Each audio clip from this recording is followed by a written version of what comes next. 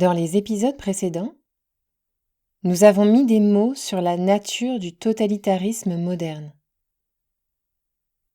sur la manière dont il façonne nos comportements et sur ce qui, en nous, empêche souvent la révolte ou l'action libre. Aujourd'hui, nous franchissons une étape nouvelle, celle où il n'est plus seulement question de comprendre, mais de réapprendre à imaginer. Car si nous voulons bâtir un monde différent, il ne suffit pas de dénoncer le système ou d'en analyser les mécanismes. Encore faut-il retrouver une capacité que le totalitarisme monétariste a méthodiquement affaiblie. La capacité de concevoir, d'inventer, de proposer. Autrement dit, renouer avec notre talent d'architecte, plutôt que de rester les fossoyeurs des idées qui pourraient nous libérer.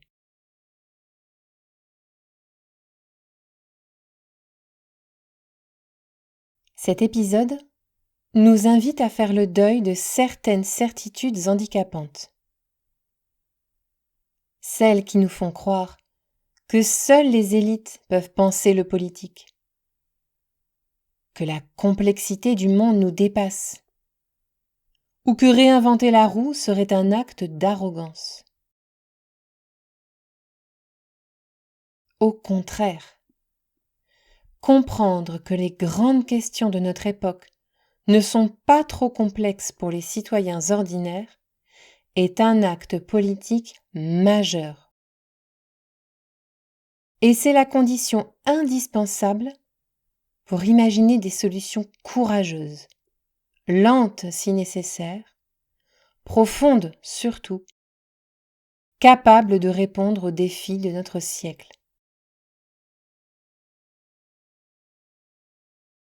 Entrons donc dans ce moment décisif, celui où l'on commence à regarder autrement les fondations mêmes de notre vie collective.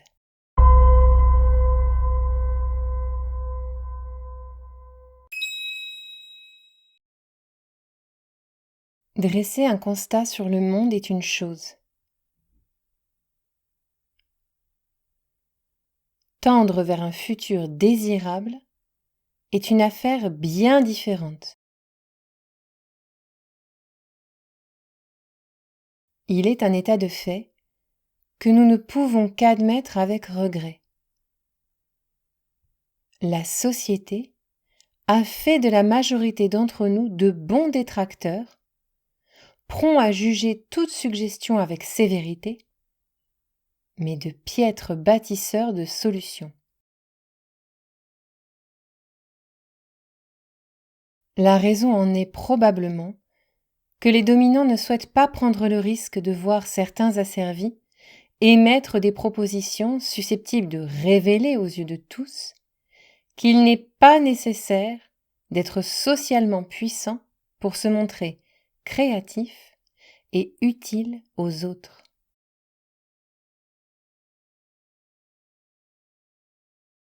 Ainsi, ils abusent de leur autorité, dans l'intention de blâmer toute forme d'initiative, et encouragent la délation et le dénigrement afin de veiller à ce que, même en leur absence, les bonnes idées qu'ils n'ont pas eues n'émergent pas.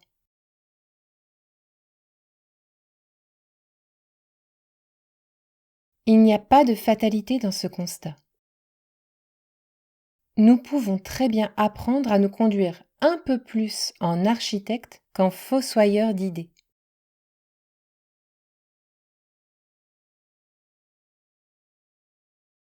Nous pouvons très bien comprendre que dans le contexte d'un totalitarisme, nous avons plus que jamais besoin d'être apporteurs plutôt que détracteurs de remèdes.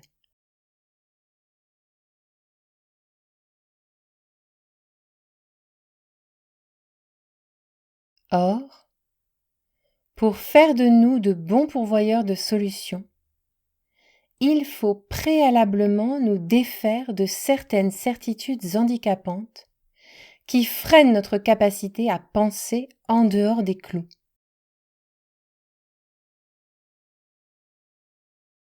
Car c'est bien de notre habileté à reconsidérer un problème, en nous extrayant du cadre rigide des présupposés sociétaux, que viendront les meilleures idées destinées à bâtir un futur heureux.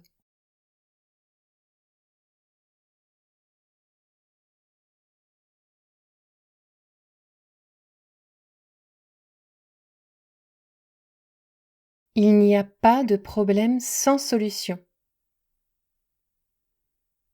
Ceci est une maxime que chaque enfant ou étudiant a dû entendre au moins une fois, car elle participe d'un processus éducatif qui pousse l'individu à déployer une concentration et une réflexion susceptibles de lui permettre de trouver, par soi-même, une réponse à une question complexe, c'est-à-dire un défi multifactoriel.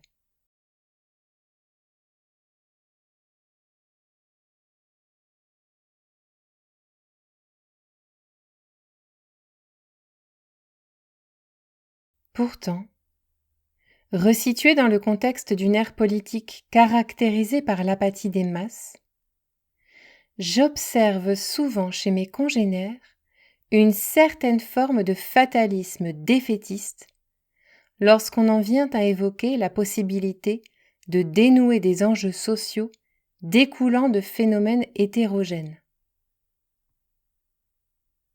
Par exemple, comment réduire la pauvreté? Comment accorder aux citoyens le droit d'être réellement écoutés dans la perspective d'élaborer des lois proches de leurs intérêts? Comment parvenir à faire résonner dans la société une voix dissonante du discours ultra maîtrisé des masses médias? Etc., etc.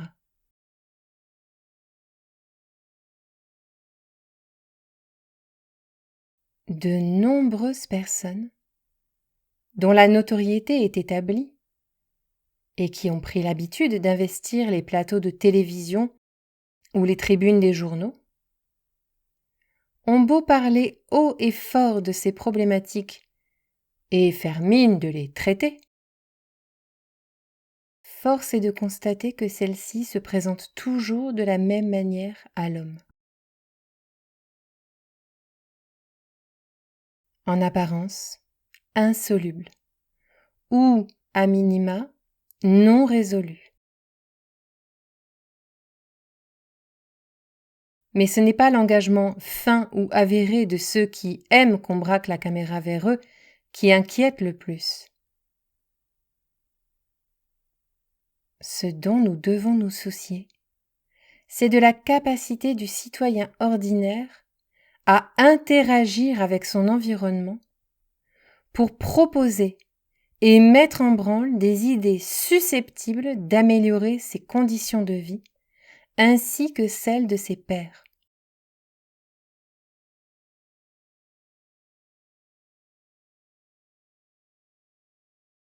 Nous ne venons pas au monde pour déléguer à d'autres notre propension à nous montrer bons pour soi et pour un collectif.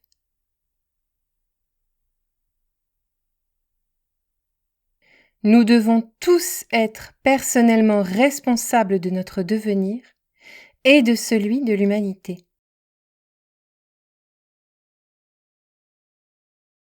Or, c'est un constat amer que nous ne pouvons pas ignorer.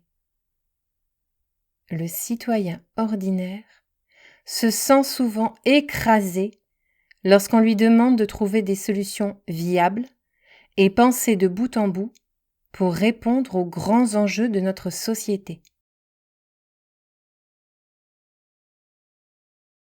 Cela étant exposé, il faut remarquer ce paradoxe.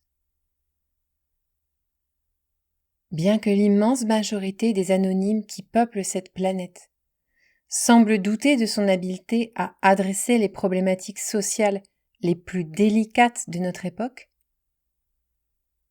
elle n'exprime pas les mêmes réserves quand il est question de dénouer des affaires dont le niveau d'intrication est comparable, mais dont le degré d'abstraction est moindre, ou tout du moins qui reflètent des sources de préoccupation plus proches de son quotidien.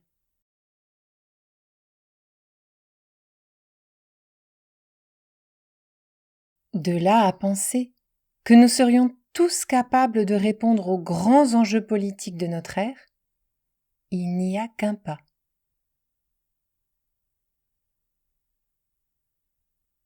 Si les rares expériences de conventions citoyennes ont démontré l'aptitude de personnes tirées au sort à se saisir de certaines d'entre elles,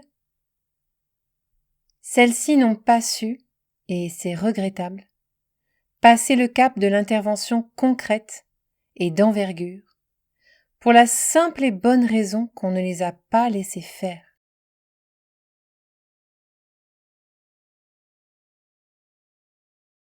Au-delà de ces exemples qui nous plongent dans le magma institutionnel des démocraties occidentales, il faut surtout remarquer l'existence de témoignages, certes moins exceptionnels, mais pourtant très nombreux, de la faculté des hommes ordinaires à adresser des difficultés à l'origine perçues comme impossibles à surmonter.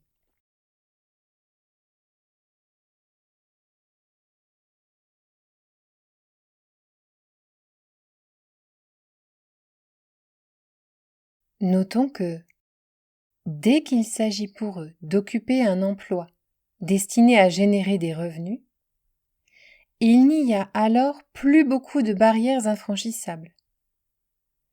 Et qu'il soit question de faire décoller un engin de plusieurs tonnes ou d'éradiquer une maladie mortelle, le caractère initialement insoluble de certaines problématiques vole tout à coup en éclats.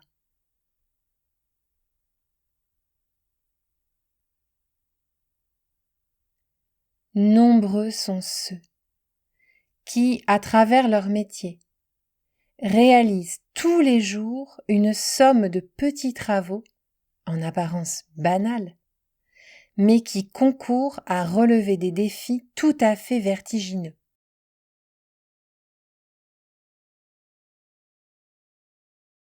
Toute personne, adoptant la posture d'architecte ou d'exécutant de ces travaux, doit voir en quoi sa contribution participe à accomplir des gageures parfois plus corsés que certaines affaires sociales, qui paraissent pourtant nous écraser au quotidien. Alors, comment expliquer rationnellement notre apathie en ce qui les concerne ? La réponse semble évidente. La résolution de ces problématiques ne rapporte pas d'argent et ne permet donc pas à l'homme ordinaire d'en dégager immédiatement des moyens d'assurer sa subsistance.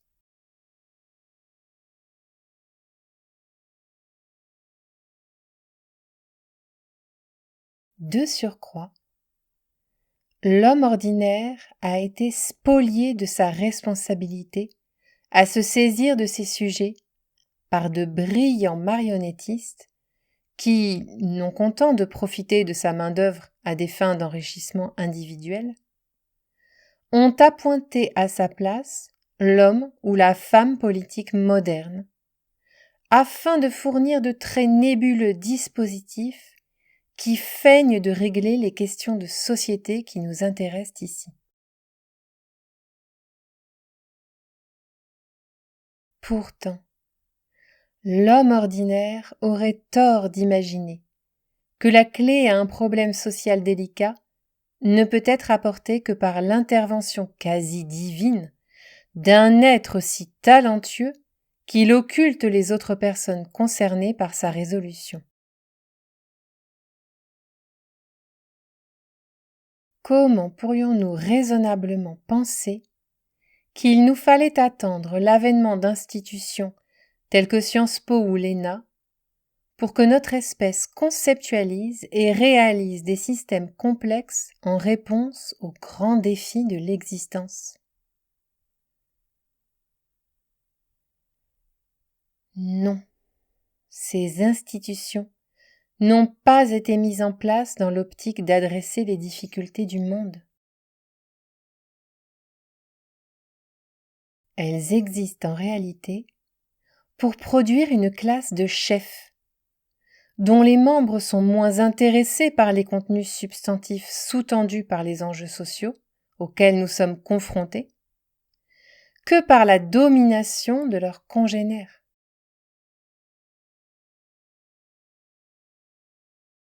Il faut sillonner les différents types d'associations que notre espèce a bâties depuis des décennies pour constater cette évidence. Le groupe des dirigeants ne coïncide que très peu avec celui des experts, à savoir celui qui réunit tous ces gens de terrain qui œuvrent chaque jour pour découvrir ou construire des solutions aux défis qui se présentent à leur organisation.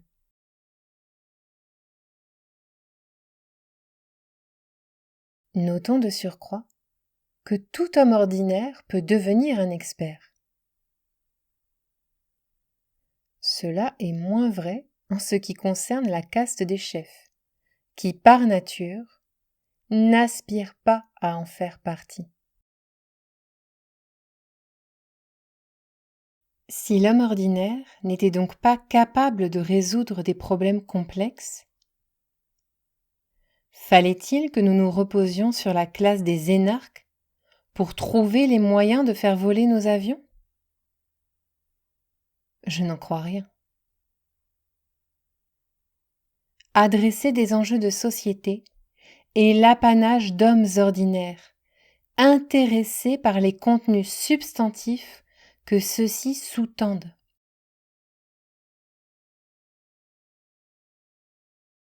Ainsi, si nous n'avons pas encore réglé les grandes questions sociales de notre époque, c'est que celles-ci n'ont pour le moment pas réussi à susciter un engouement suffisant parmi la population des hommes ordinaires.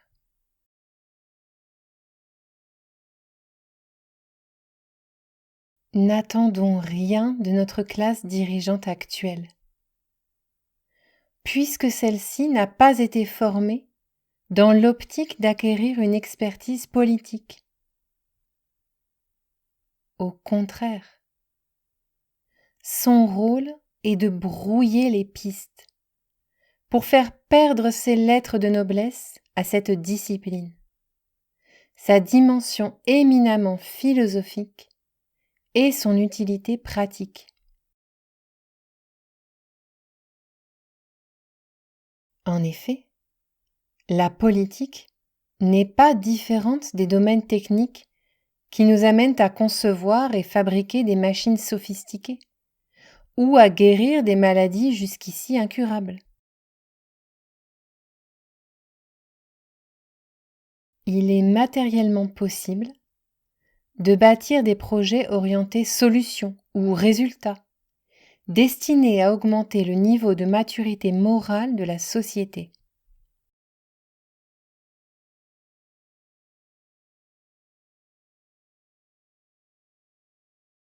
Le monde est complexe, certes,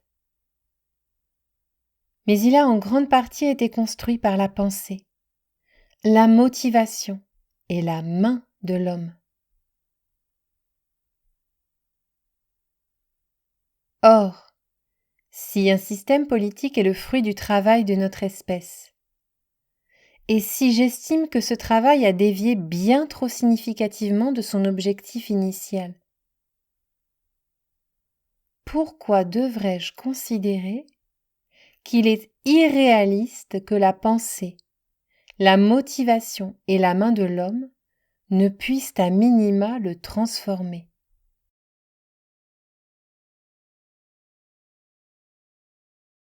En 1957, Sidney Lumet réalisait un film très intéressant, intitulé « 12 hommes en colère », qui racontait l'histoire de quelques citoyens américains qui se réunissent à la fin d'un procès pour débattre d'une problématique complexe, une enquête policière, et prendre une décision lourde de conséquences.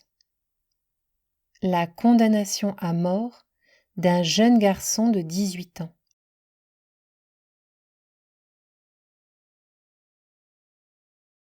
Au début du film, 11 des 12 jurés expriment un avis unanime.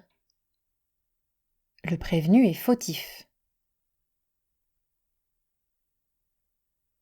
Un seul des protagonistes, le personnage joué par Henry Fonda, oppose un jugement différent.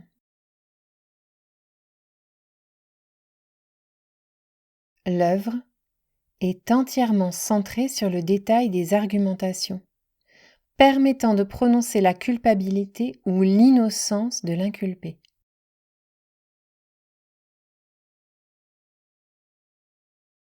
Une figure de cette fiction a retenu mon attention.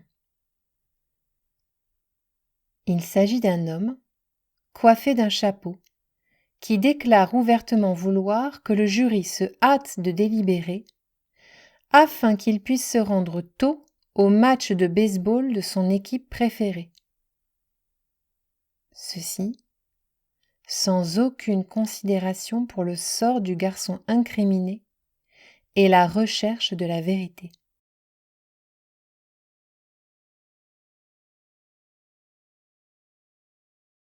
Il me semble qu'un parallèle peut être facilement fait avec la façon dont les sociétés contemporaines ont pris l'habitude de traiter le débat politique public, ainsi que les questions complexes et lourdes de conséquences.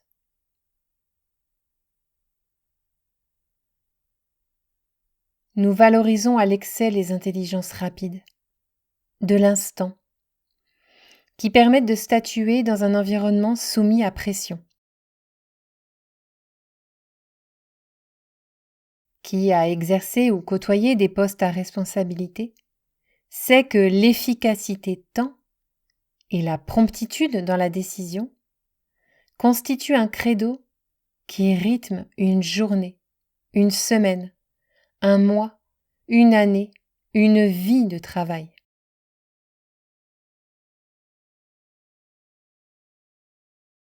Cette culture de la rapidité semble s'imposer partout au sein de la société actuelle, amenant les individus à prioriser la vitesse plutôt que la qualité dans leur jugement et dans leurs agissements.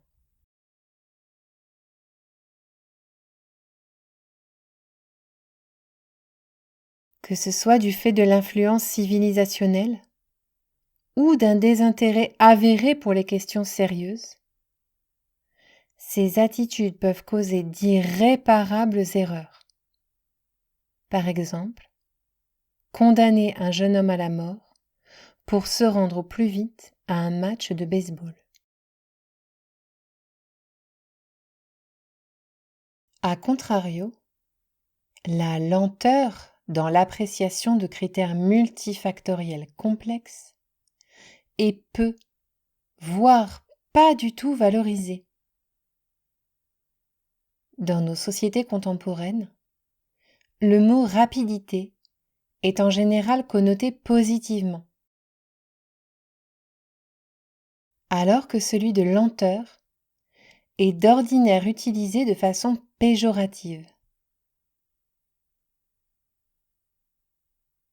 Pourtant, le fait de méditer longuement sur des difficultés subtiles est bien souvent gage d'une meilleure qualité dans la prise de décision. Je prends le temps d'évaluer le poids des arguments, d'acquérir le recul nécessaire sur une situation, de vérifier que la solution réponde à l'entièreté du problème en n'oubliant aucun détail.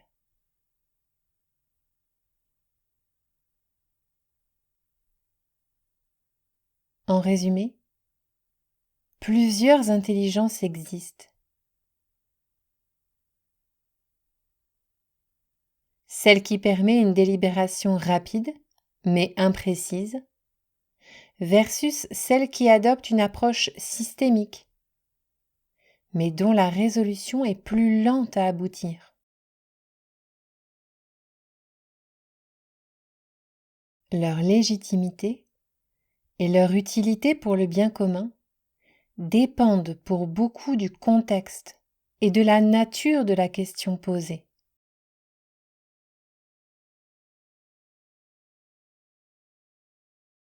Dans 12 hommes en colère, le personnage joué par Henry Fonda oblige l'ensemble du jury à laisser de côté leurs préoccupations du quotidien durant quelques heures, afin de consacrer tout leur temps et leur discernement à l'étude de détails dont l'interprétation pourrait les amener à prononcer la mort d'un être humain.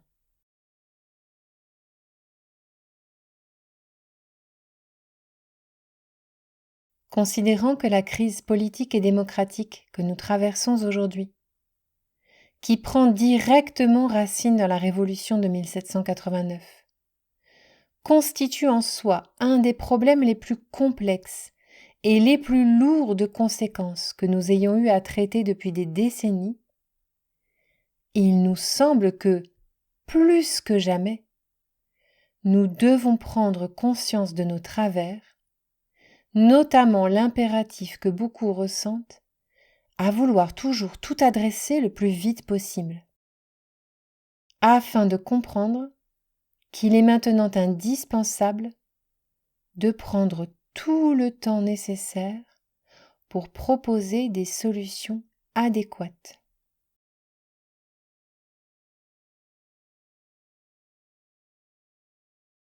À l'heure des tweets et leurs 280 caractères maximum, à l'heure des flash news, des émissions de télévision ou de radio minutées pour ne pas dépasser le temps d'antenne accordé, à l'heure des débats politiques chronométrés, à l'heure où le temps c'est de l'argent, nous avons plus que jamais besoin de nous asseoir autour d'une table et de prendre le temps d'une discussion respectueuse, sincère et basée sur les principes de l'écoute active, ceci en oubliant, l'espace d'un instant, que nous avons tous un match de baseball auquel il nous tarde d'assister.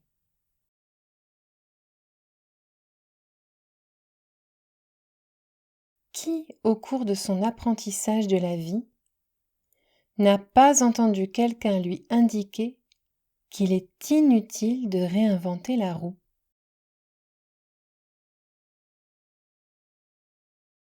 Cette expression prête à l'emploi est prononcée dans une quantité très importante de disciplines dès lors qu'un niveau de technicité significatif s'invite dans un échange d'idées, qu'il soit question de sciences dures, physique, mathématiques, ou molles, dont notamment le domaine politique.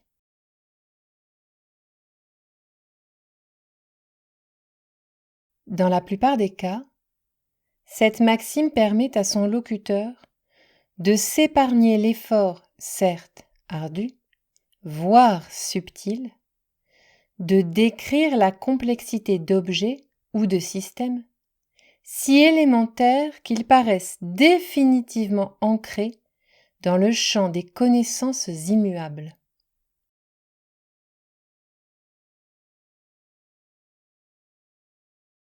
Je rejette toutefois en bloc le bien-fondé de cette posture, qui consiste à considérer que les savoirs fondamentaux ne s'étudient et ne se revisitent pas. Celles-ci semble davantage procéder d'une paresse intellectuelle que d'un souci sincère d'observer et d'améliorer le contenu substantif dont il est question.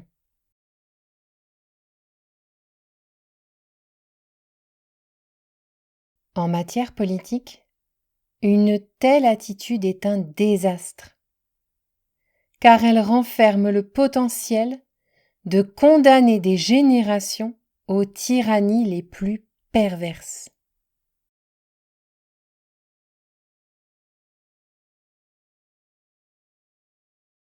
S'épargner l'effort de réinventer la roue, c'est se priver de la nécessité qu'ont beaucoup d'êtres humains à s'approprier un système technique, à le palper, pour le comprendre dans ses moindres détails, et de cette façon, être plus légitime pour le commenter ou le critiquer.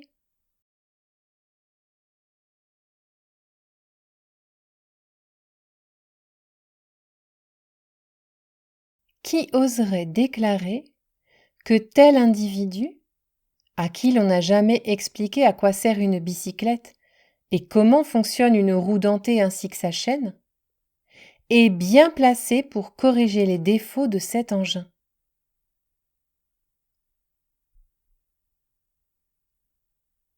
En matière politique, qui voudrait d'une démocratie dans laquelle le démos, le peuple, ne bénéficie pas de toutes les clés de lecture pour exercer le kratos, le pouvoir?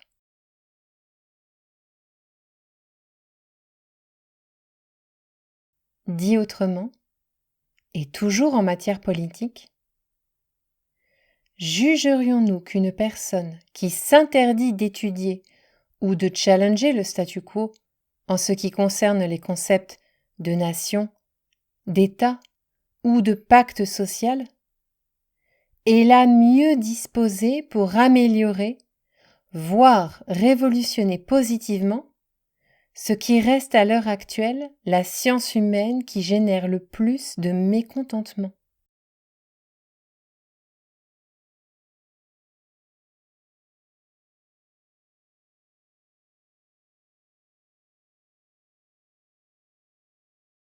S'épargner l'effort de réinventer la roue, c'est de surcroît se priver de la capacité de comprendre comment un système technique s'inscrit dans une conjoncture socio-historique particulière.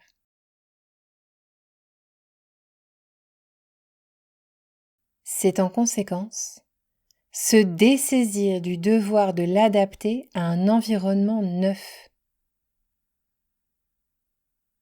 Par exemple, la situation politique, sociale et technologique du XIXe siècle a conduit les Français à instaurer progressivement une organisation politique favorisant la prise de décision indirecte via la mise en place du processus instituant qu'est l'élection.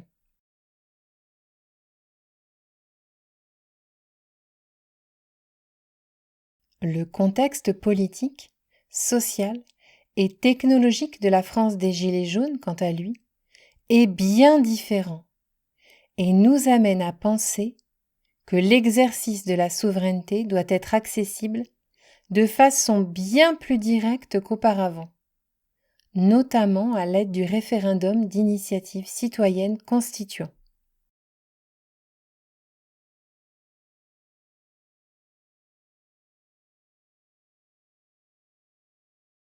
S'épargner l'effort de réinventer la roue, c'est donc se limiter dans sa capacité à révolutionner un système complexe.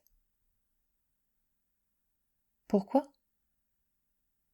Parce qu'en perdant la maîtrise des fondamentaux, on s'expose au désagrément qui consiste à oublier pourquoi ils ont été conçus et à ne plus voir qu'il leur existe des alternatives. Par exemple, si je dédie ma vie à optimiser la mobilité des individus, mais que ce faisant, je considère la roue comme un composant essentiel et incontournable des machines destinées à faciliter les déplacements. Alors, je risque de passer à côté de toutes les innovations qui suppriment la roue de leur modèle.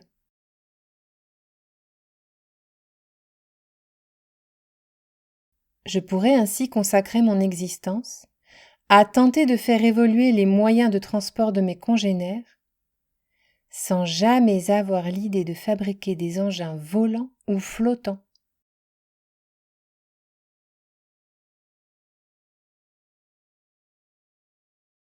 Pour améliorer un système, qu'il soit technique ou politique, il faut donc commencer par observer ses fondations et oser les remettre en cause, en totalité ou en partie, si les effets qu'elles produisent sont éloignés des buts recherchés.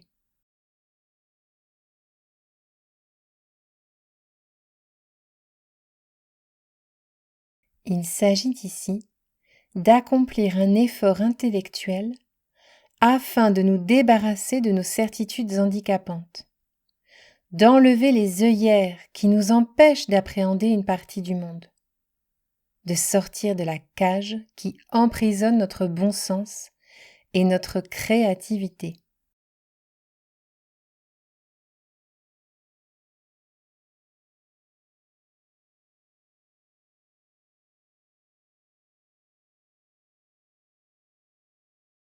Il est aussi question d'accorder plus d'importance aux finalités vers lesquelles nous guident les grandes interrogations de l'existence, plutôt qu'au maintien de réponses bancales qui nous ont rassasiés il fut un temps.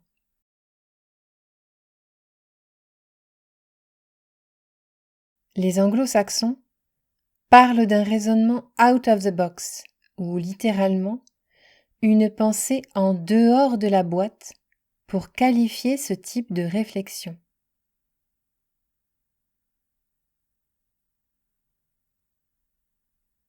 Dans un contexte sociétal où nous voyons avec clarté que nous avons besoin d'améliorer, pour ne pas dire révolutionner les systèmes politiques, les artisans de l'Ecclésia, y compris l'auteur de ces lignes, ne se priveront pas de réinventer la roue, quitte à bousculer les fondations de l'humanité, ou même à répéter ce que d'autres ont déjà énoncé par ailleurs.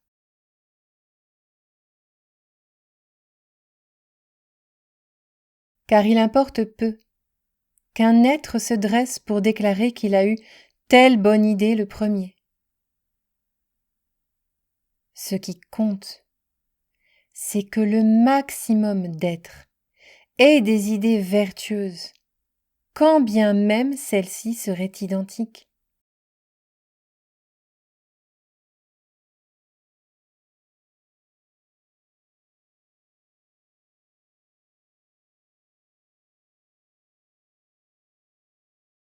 À l'aune de ces réflexions, le lecteur ne sera pas surpris d'explorer dans cet ouvrage des notions que nous manions très souvent sans jamais prendre le temps de les définir correctement ou de questionner leurs intentions.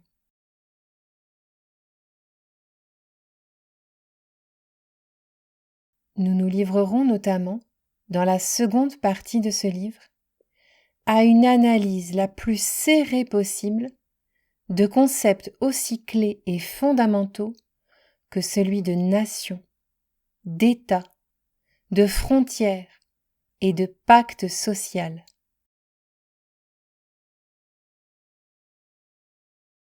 Nous tenterons de réinventer la roue pour donner du sens au monde qui nous entoure. L'éclaircir d'abord, puis essayer de lui apporter un souffle différent.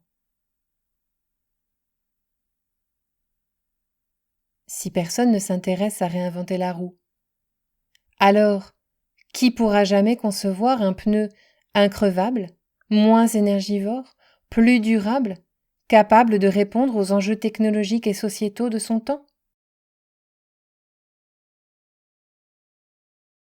De la même manière, en ce qui concerne le champ d'investigation de cet ouvrage, si personne ne se préoccupe de revisiter les concepts de nation, d'État, de contrat social, qui pourra esquisser les lignes d'un système politique susceptible d'épanouir les hommes?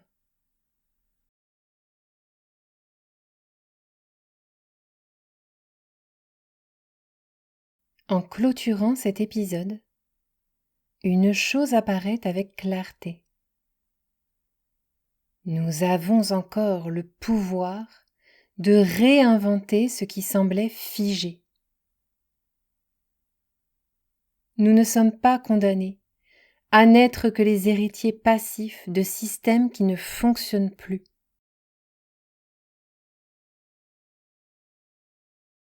Nous pouvons redevenir des bâtisseurs. Mais cela suppose un effort rare, presque révolutionnaire. Celui d'oser questionner les fondations elles-mêmes et de cesser de considérer la politique comme un domaine réservé aux spécialistes.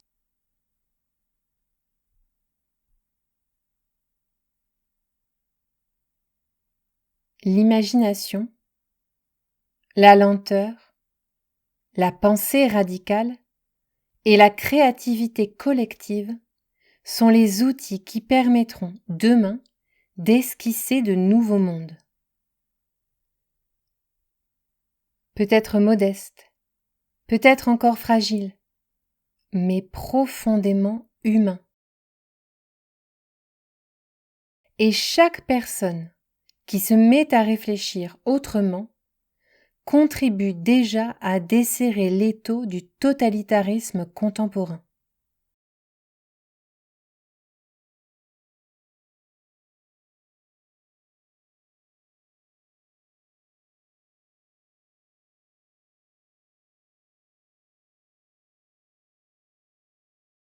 Si cet épisode t'a inspiré ou éclairé, je t'invite à t'abonner pour ne manquer aucun des prochains. Nous poursuivrons ensemble ce cheminement, étape après étape, vers une réinvention possible de nos formes politiques. N'hésite pas non plus à le partager autour de toi. Parfois, une idée transmise au bon moment peut changer entièrement la perspective de quelqu'un.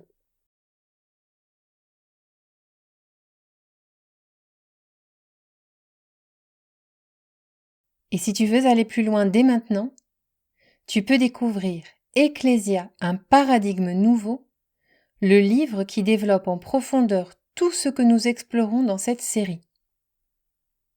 Il est disponible sur librinova.com. Avant de te laisser, j'aimerais te poser une dernière question. Tout cet épisode parlait de notre capacité à imaginer autrement, à dépasser les certitudes qui nous enferment sans même que nous nous en rendions compte. Alors je te propose une réflexion simple, mais décisive. Quelle est, pour toi, la certitude ou l'idée reçue dont tu sens qu'elle t'empêche encore d'imaginer un autre monde possible?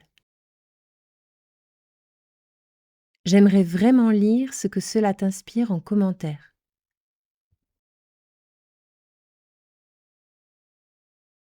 Merci pour ce temps passé à réfléchir, à questionner et à oser imaginer autrement.